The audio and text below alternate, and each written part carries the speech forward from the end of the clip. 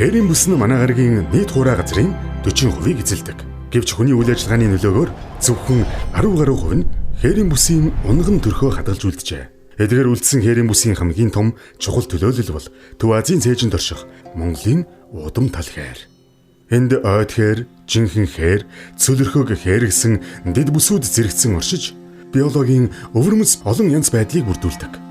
Монгол орны төвийн болон зүүн бүсийг хамрах жинхэнэ хээрийн бүс нь хамгийн өргөн тархалттай бөгөөд Монголын бэлчээрийн мал аж ахуйн тулгуур багна.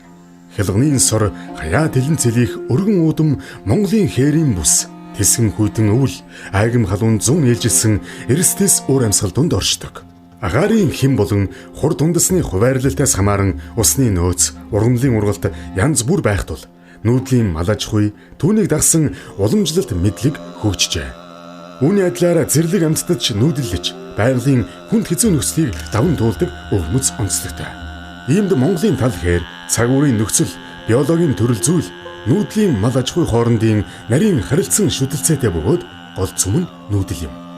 Гэвч энэхүү нандин харилцан шүтэлцээ хээрийн бүсийн тэнцвэрт байдал сүүлийн жилүүдэд хүнд сорилтуудтай тулгарч байна. Бэлчээрийн доройтол, уулуурхай, уур амьсгалын өөрчлөлтөөс үүдэлтэй ган, зуд зэрэг олон аюул нэмэгдэж байна. Ялангуяа уулуурхайг дагсан авт зам, төмөр замууд нь малчид болон зэрлэг амьтдын олон мянган жилийн нүүдлийн замыг хаах, амьдрах орчныг хуваах аюултай. Өнөөгийн байдлаар Монгол оронд нийт 4131 км төмөр зам, 10830 км засмал зам, 178286 км орон нутгийн зам байна. Тиймээс Монгол Германы эрдэмтэн судлаачид хамтран More Step буюу Монголын хээрийн экосистемийн тогтвортой байдлыг хадгалах тухай төслийг 2018 онд санаачилсан. More Step төсөл нь 2019-с 2025 онд холбооны бүгд найрамдах Герман улсын технологи ба сансрын судалгааны яамнаас санхүүжсэн. Төслийн судалгааны багт Герман, Монгол улсын нийт 10 байгууллагын судлаачид хамтарсан бөгөөд төслийн хүрээнд судлаачид Монголын тал хээрийн экосистемд өргөн хүрээтэй судалгаа хийснээс гадна олон залуу судлаачид оюутнуудтай хамтран ажилласан.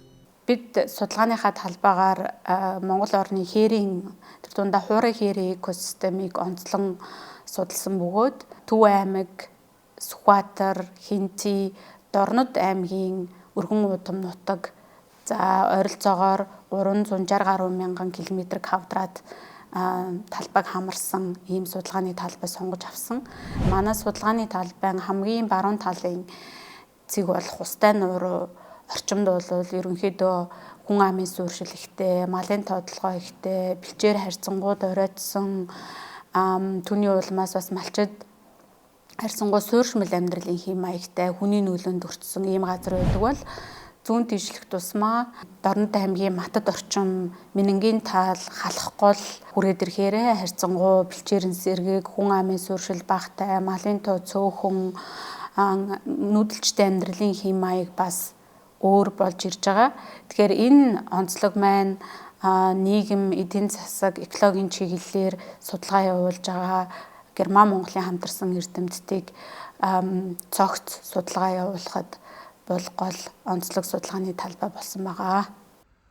More Step төсөл нь шинжлэх ухааны салбар хоорондын судалгаа хийдгээрээ онцлог. Энэхүү төслийн хүрээнд нийгмийн болон байгалийн шинжлэх ухааны салбарын эрдэмтэд оролцогч талуудтай нэгт хамтран ажиллаж, нийгмийн эдийн засгийн энийг хурдцтай хөгжлийн явцад нүүдлийг дэмжих, хадгалах боломж даргах замуудыг хамтран олж тогтоохоор зорьсоо. Энэхүү төслийн хүрээнд нийгмийн болон байгалийн шинжлэх ухааны салбарын эрдэмтэд оролцогч талуудтай нэгт хамтран ажиллаж, нийгмийн эдийн засгийн энэх хурдцтай хөгжлийн явцад нүүдлийг дэмжих, хадгалах боломж даргах замуудыг хамтран олж тогтоохоор зорьсон. Төслийн хугацаанд ургамал судлаачдын баг нийт 553 ургамлын талбайгаас ургамалжлын бүрхэц, биомасс, зүйлийн бүрдэлтэй холбоотой нарийн мэдээлэл 486 хөрсний дээж тус цуглуулсан. Нийгмийн эдийн засгийн судлаачид малчин өрхүүдээс аман судалгаа авч тэдний нүүдэл, амьдралын хэм маягт нөлөөлж буй тал талын хүчин зүйлсийг тодорхойлсон. Эдгээрээс гадна зэрлэг амьтдын тоо толгой, нүүдлийг тодорхойлох зорилгоор цагаан зээрийн тоо толгойн судалгааг Монгол орны хээрийн бүсэд хийсэн. Нийт 120 орчим цагаан зээрийг барьж, сансрын дохиолол дамжуулагч бүхий хүзүүвч зүүсэн. Мөн малын нүүдлийг судлахын тулд төрөл бүрийн малд хүзүүвч зүүжээ.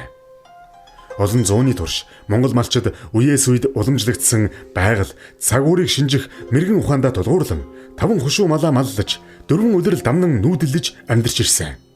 Монгол малч ухаан, нүүдлийн амьдрал нь ямарваа нэг ном, сурах бичиг, технологид бус харин үеэс үед уламжлагдан ирсэн мэдлэгт тулгуурладаг.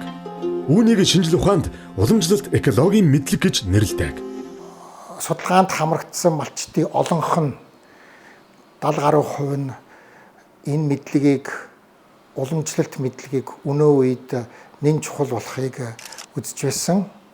Ялангуяа уур амьсгалын өөрчлөлтийг даван туулах, эрсдэл дасан зохицох зэрэг асуудал дээр онцгой ач холбогдолтой гэж үзэж байсан. За Morstep төслийн хүрээнд бид 2019-с 25 оны хооронд малчин өрхийн нүүдлийг 250 малчин өрхийн судалгаанаас одоо энэ судалгааны үр дүн гаргасан. За ингээд судлаад үзэхэд дунджаар нэг айл жилдээ 5 удаа ойролцоогоор 50 км нүүдийг тогтоосон. Хамгийн их нь 509 км, мөн 16 удаагийн татамжтай нүүдлийг нэг жил дотор хийсэн байсан. За мөн судалгаанаас хараад үзэхэд малчтын нүүдэл бол маш олон шалтгаанаар их бага байх боломжтой. За Төв аймаг руу болоод ирэх тусмаа илүү малчтын нүүдэл их байна. Олон давтамжтай олон километр яагаад гэвэл тэнд бэлчээрийн хомсдол ихтэй, малын тоо ихтэй, малчин өрхийн тоо ихтэй, бэлчээрийн өрсөлдөөн ихтэй. Харин зүүн аймагуд руу болгосмоо бэлчээрийн гарц сайтай, малын тоо болон малчин айлын тоо цөөн байгаатай холбоотойгоор малчтын нүүдэл бол ялгаатай байна.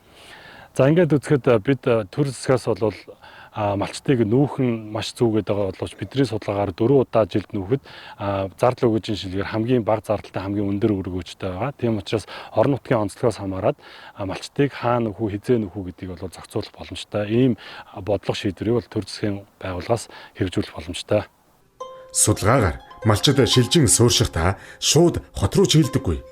Тэд эхлээд орон нутгийнхаа баг, сумын төвд, дараа нь аймаг, хот руу гих мэт шат дараатай шилжин сууршдаг байна. Ийхүү малчид суурин амьдралд шилжих нь уламжлалт амьдралын хэм маягаа хадгалж ирсэн ахмад малчид цөөрч тэднийг залгамжлах залуу үе үгүй болох улмаар уламжлалт мэдлэг устдаж үгүй болох эрсдлийг бий болгож байна. Энэ шилжилт хөдөлгөөн нь нийгэм, экологи, эдийн засгийн олон ярвигтай хүчин зүйлсийн нөлөөллөөр бий болж байна. Хөдөөнөөс хот руу шилжих шилжилт хөдөлгөөний үе шат бүрт төрөл садангийн холбоо, боловсрол эзэмших хэрэгцээ зэрэг нийгмийн хүчин зүйлс нөлөөлж байдаг. Экологийн хүчин зүйл буюу зууд малчтын нүүдэл, шилжилтийн ихэнх шатанд том нөлөө үзүүлдэг. Ялангуяа гэр бүлүүд хөдөөхээр нутгаас төв бараатахад хүргэдэг. Хүмүүс ихэвчлэн эдийн засгийн сэдлэр томоохон суурин газрууд руу нүүхээр шийддэг байна. Үүний зэрэгцээ уламжлалт экологийн мэдлэгийг идэвхтэй хэрэглэсээр байгааг тодорхойлсон. Ялангуяа нийгмийн өөрчлөлт хүчтэй өрнөж байгаа бүсүүдэд энэ зүйл ажиглагдсан.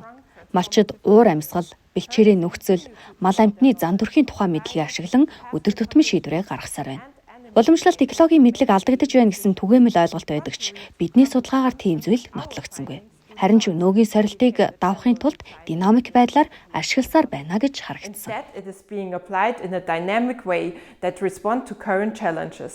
Харамсалтай нь өмнө нь олон нийтийн дунд нээлттэй нутаг усныхаа хүрээнд хуваалцдаг байсан мэдлэг нь өнөө үед айл өрхийн хүрээнд л хязгаарлагдаад байна.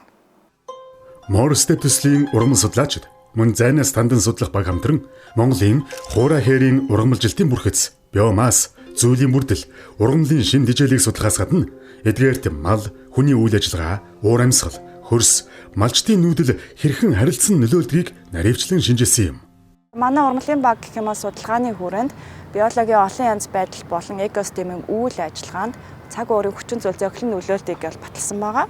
Гисэн хэдий ч малчтын нүүдэл шижид хөдөлгөөн илүү багасж байгаатай хамран ургамал болон хөрсний үйл ажиллагаанд зөвчтэй нөлөө үзүүлж байгаа гэдгийг бид нар харуулсан байгаа.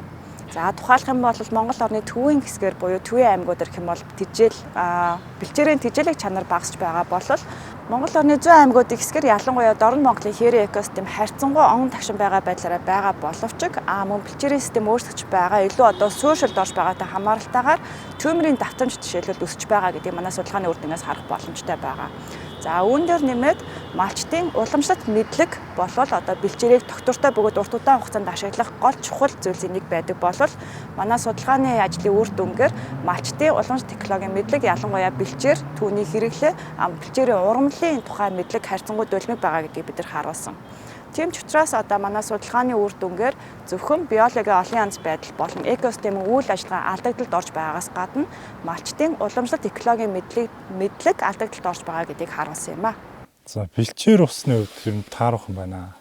Тэгээ нүүдлийн хувьд бол зарим нэг малчид бас жоохон төв газар нүүдлэхгүй яг тийм суурин байгаад байна. Газрын доройтол газар ашиглалтын өөрчлөлтийг наривчлан судлахын тулд өндөр наривчлалтай хиймэл дагуулын мэдээлэл ашиглан Монгол Орны газрын бүрхөвчийн шин зургийг 2001-ээс 2020 оны хугацаанд гаргасан. Эдгээр зургууд нь газрын доройтол цөлжилтийг судлахад чухал ач холбогдолтой юм. Мөн газрын дээрх ургамлын биомассын анхны зургийг хиймэл дагуулын мэдээлэл тулгуурлан бүтээлээ. Morstep төслийн судлаачид 2020 онд Монголын цагаан зээрийн тоо толгойг тогтоох судалгаа хийж Монгол орн нийт 214 сая цагаан зээртэй болохыг тогтоосон.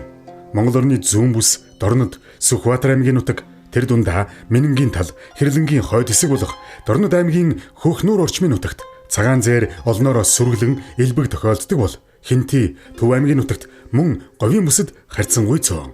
Цагаан зээр нь Монголын тал хээрт хамгийн элбэг тохиолдох туруутан амтан бөгөөд тэдний алс холын нүүдэл тал хээрийн бүсийн тогтвортой байдлыг хадгалахад онцгой үүрэгтэй.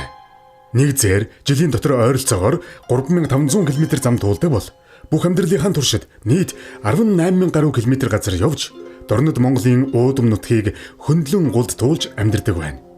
Энэ нь дэлхийн экваторын бүслүүрийн хагасыг туулж буйтай дүүцхүүс бөгөөд тэдний гайхалтай тэсвэр хатуужил дасан зохицох чадварын нотолгоо юм.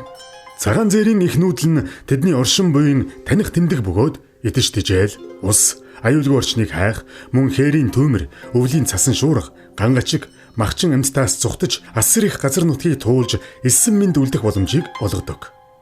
Зээрийн нүүдэл зүгээр нэг амьд үлдэх тэмцэл биш. Харин тоо толгоогоо тогтвортой хадгалж, хээр талын экосистемийн бүхэл тэнцвэрийг хадгалах шүүхэр нь болж өгдөг.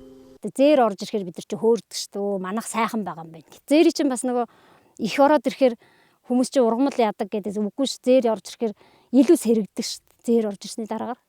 Тэгээ энэ нөгөө сэргэжилт хийдэг гэдэг нь үний имшгэлт нөгөө хурц хүлтэй болохоор чи манайх чи яг ингээл зээрийн яг нутаг. Зээргүй болоод ирэхээр л яг нутаг нэг муудаад байгаа юм шиг санаа. Зээр орж ирэх юм бол сайхан байгаад гэдэг. Morstep төслийн судлаачид цагаан зээрийн нүүдэл тэдний тоо толгойд хэрхэн ач холбогдолтой талаар судалсан. Нэг гол чухал үр дүн бол цагаан зээр чөлөөтэй нүүдэлдэг. Уудам амьдрах орчин бүхий бүс нутагт тэдний тоо толгой урт хугацаанд тогтвортой байдаг бол зээрийн нүүдэл хязгаарлагдсан. Хүний нөлөө ихтэй бүс нутагт зээрийн тоо аажмаар цөөрч улмаар устдах. Өөрөөр хэлбэл бидний хийсэн судалгаагаар чөлөөтэй нүүдлэх боломж нь энэ амьтныг оршин тогтноход зайлшгүй шаардлагатай нөхцөл гэдгийг харуулсан. Тиймээс Дорнод, Сүхбаатар аймгийн бүсэд цагаан зээрийн нүүдлэх зай их, мэнд үлдэлт харьцангуй сайн, мөн тэдний тоо олон байдаг. Харамсалтай нь цагаан зээрийн их нүүдэл багассаар байгаа билээ. Сүүлийн 10 жилийн турш цуглуулсан цагаан зээрийн нүүдлийн мэдээний судалгаагаар 2007 онд цагаан зээр 16 хоногийн хугацаанд 142 км зам туулдаг байсан бол 2021 он гэхэд энэ зай 90 км болтлоо огцон буурчээ. Үүний гол шалтгаан нь цаг уур эсвэл ургамалжил зэрэг байгалийн хүчин зүйл биш. Харин зам, төмөр зам, хашаа, тээврийн хэрэгслийн тоо нэмэгдсэнтэй холбоотой. Өөрөөр хэлбэл цагаан зээрийн амьдрах орчин хумигдж, нүүдлэх орон зай багасж байна. Энэ чимээгүй аюул бол зөвхөн цагаан зээрээр тогтохгүй, хээр талын амин сүнс болсон экосистемд аюул занал учруулж байгаа юм. Сайн шанд, хөөт, бичигт, хөөт, Чавсангийн чиглэлд тавигдах 800 км төмөр замын бүтээн байгуулалт нь хээр талын экосистемд ноцтой аюул учруулах магадлалтай. Энэ нь тал хээрийн бүсийг хэсэгчлэн хувааж, байгаль дээрх үргэлжилсэн амьдрах орчин тогтцыг тасалдуулна. Амьдрах орчны хуваагдал нь цагаан зээр болон бусад зэрлэг амьтдын хувьд ус агаар мэт хэрэгтэй өргөн удам амьдрах орчныг шууд устгах аюултай юм. Энэ өнөөдөр бид нар энийг зөв шийдэхгүй бол магадгүй бид нар 50 жилийн дараа 100 жилийн дараа цагаан зээр байсан юм гинлээ гэж магадгүй бас ярих болох бах. Магадгүй түүх бид нар ярих болох бах тийм амтан байсан юм байна лээ гэж одоо настайг хүмүүс одоо 40 50 жилийн өмнө бол цагаан зэр ингээд давалгаалж байгаа юм шиг тийм их байдаг байсан. Одоо тийм ш болцсон гэж түүх ярьж байгаа байхгүй юу? Тэгэхээр яг тэр үнтэй адилхан хэрвээ бид нар энэ төмөр замыг сайн төлөвлөхгүй бол магадгүй 50 100 жилийн дараа ийм амьтан байсан гэсэн ийм зүйл бас ярих ийм түүхэн цаг үе дээр бид нар ирж байна. Тэгэхээр энийг бид нар сайн төлөвлөж чадах юм бол энэ амьтнаа авч үлдээд экосистемээ дээрэс нь энэ хэр экосистемийг эрүүл сэргэг яг хэр чигээр нь авч үлдэх ийм бүрэн боломж бас биднэрт байгаа.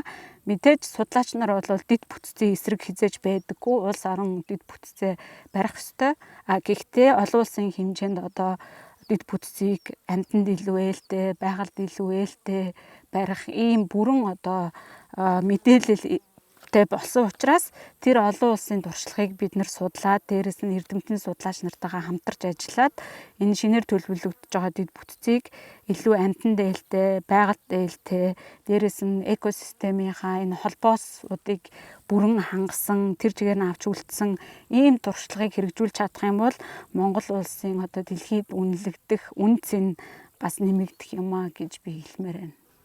Morse step төслийн бодлого судлалын баг цагаан зээрийн нүүдлийг хадгалах хамгаалахад чухал шаардлагатай хэд хэдэн зөвлөмж онцолсон.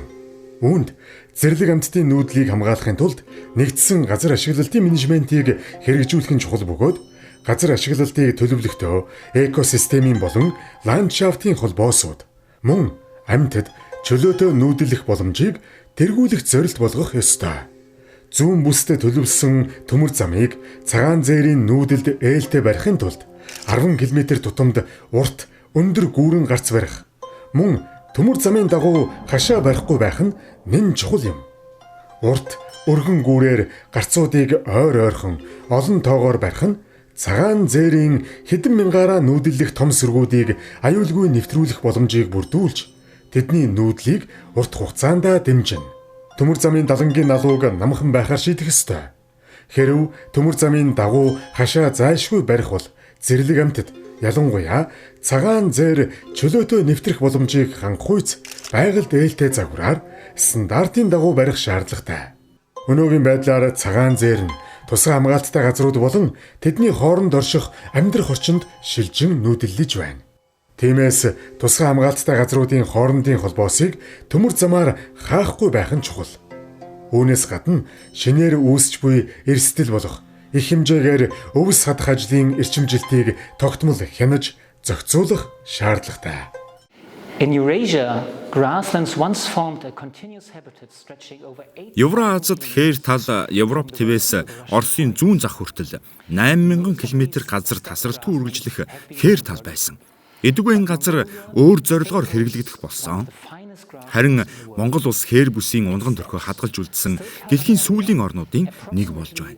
Монголын хээр тал Германы нийт нутаг дэвсгэрээс 3 дахин том бөгөөд өвөрмөц уламжлалт нүүдлийн мал аж ахуйн өрнөсөөр байгаа. Хээрийн бүст хэдэн сая цагаан зээр бэлчиж нутагшмал олон зэрлэг амьтан ургамлын төрөл амьдардаг. Тухайлбал 100 гаруй төрлийн ургамал хуурай хээрийн бүсийн эрс тэс цаг агаарт дасан зогтжээ. Мал аж ахуйч уян хатан арга барилтай. Малчид мянган жил өргөн уудам тал хээрт малдаа сайн бэлчээр хайн нүүдэлдэг. Амжиргаагаа тогтвортой хангахын тулд нүүдлийн амьдралын хэм маягтай амьдарч ирсэн. and thus have graced the steppes in a sustainable manner over millennia. Тал хээрийн бүсэд ирээдүйд юу болох вэ? Уур амьсгалын өөрчлөлтөөс үүдэн Монголд агаарын хэм 2 хэмээр нэмэгдсэн. Хэрвээ уур амьсгалын өөрчлөлтийг бууруулах чиглэлээр ямар нэгэн арга хэмжээ авахгүй бол цаашид 6 хэмээр нэмэгдэх төлөвтэй байна. Тухайлбал Morse step төслийн судлаачид хээрийн ургамлын ургалтыг физиолог, байгаль, цаг үеийн олон хүчин зүйлтэй уялдуулан ирээдүйд загварчилж үзэхэд уур амьсгалын дулаарлаас шалтгаалan Монголын хээрт ургамлын ургалтын хугацаа нэмэгдэж, аажмаар ургамлжлын биомасс нэмэгдэж байна. Энэ нь уур амьсгалын дулаарлаас үүдэн агаарын чигшилт нэмэгдэж, хурд хүндэс унах хэмжээ, тоо өсөх эерэг нөлөөний үр дүн. Гэвч эсвэргээр хүдний улиралд цас их унаж, өдрийн наранд хайлан шөндөө буцаж хөлдснөөр зэрлэг амьтад хийгээд мал өвс тэжээлээ олж идэхэд бэрхшээл үүсэж болзошгүй урьдчилсан төлөв ажиглагдж байгаа юм. Нэг талаас илүү ургамал ногооргох, өвөл зөөлөн болох нь малчдын амьдралд эерэг боломж авчирч, Нөгөө талаас эрсдэс үзэгдэл нь бүхнийг өөрчилж мэднэ. 2000 онд нэг зууд боллоо л гэжсэн яриач тийм байгаагүй. Тэр үед хүмүүс зуудал гэжсэн. Тэгээ энэ 2023 оны зуудыг бодвол тэр үеийн зууд биш байсан багуу. Одоо манайх чинь 2000 гаруй мал тоолуулж ирсэн. Тийм тэрэнд чинь одоо тэгээд отор хийсэн өөрснөө нөгөө малаа аваад явсны хүчинд л одоо тэгээд бас нэг 50% та авч үлдчихээд тэрнээсээр ард үлдсэн ус бол бүр бараг дууссан шүү дээ. Нэг 20% нь үлдсэн юм уу гүмэл. Чинь бүр бараг зүгээр тал газар чинь 1 метр гарan застай болохоор чинь мал ямар ч хаанаас ямар өвс олчдөг те. Тэгээд чинь хоньвол байхаа арга байхгүй. Адуу бол нэг бас нэг сар гарan 2 сар шихуул байгаад байсан чи тэр засанд бол үхэр хонь хоёр бол байхгүй мөлий. Бараг метр зүгээр хонхор гүдгэр газараа 2 метр шихуу зүгээр юм тал газараа 70-80 санчтай засанд бол юм олж идэхгүй тэгээд хонь ямаа бол бог мал бол тэгээд бараг дууссан шүү дээ энэ хавьд бол тийм. Ирээдүйн боломжит хувилбаруудыг тооцоолох нь бидэнд тодорхой зураг өгнө. Хамгийн таатай хувилбарт орон нутагт боловсрал, эрүүл мэнд, нийгмийн үйлчлэгээ хөгжиж, зах зээлийн хүртээмж сайжирч, шин төрлийн мал аж ахуй үүснэ. Малчид зөвхөн малдаа түшгэлсэн амьдралаас өөр их усүртэй болж, орчин үеийн дунд анги болж чадна. Малын тоо толгой эрс багасж, чанар, үнц нь нэмэгдэж, нийгмийн сүлжээ нь хот хөдөөгийн заагийг бүдгэрүүлнэ.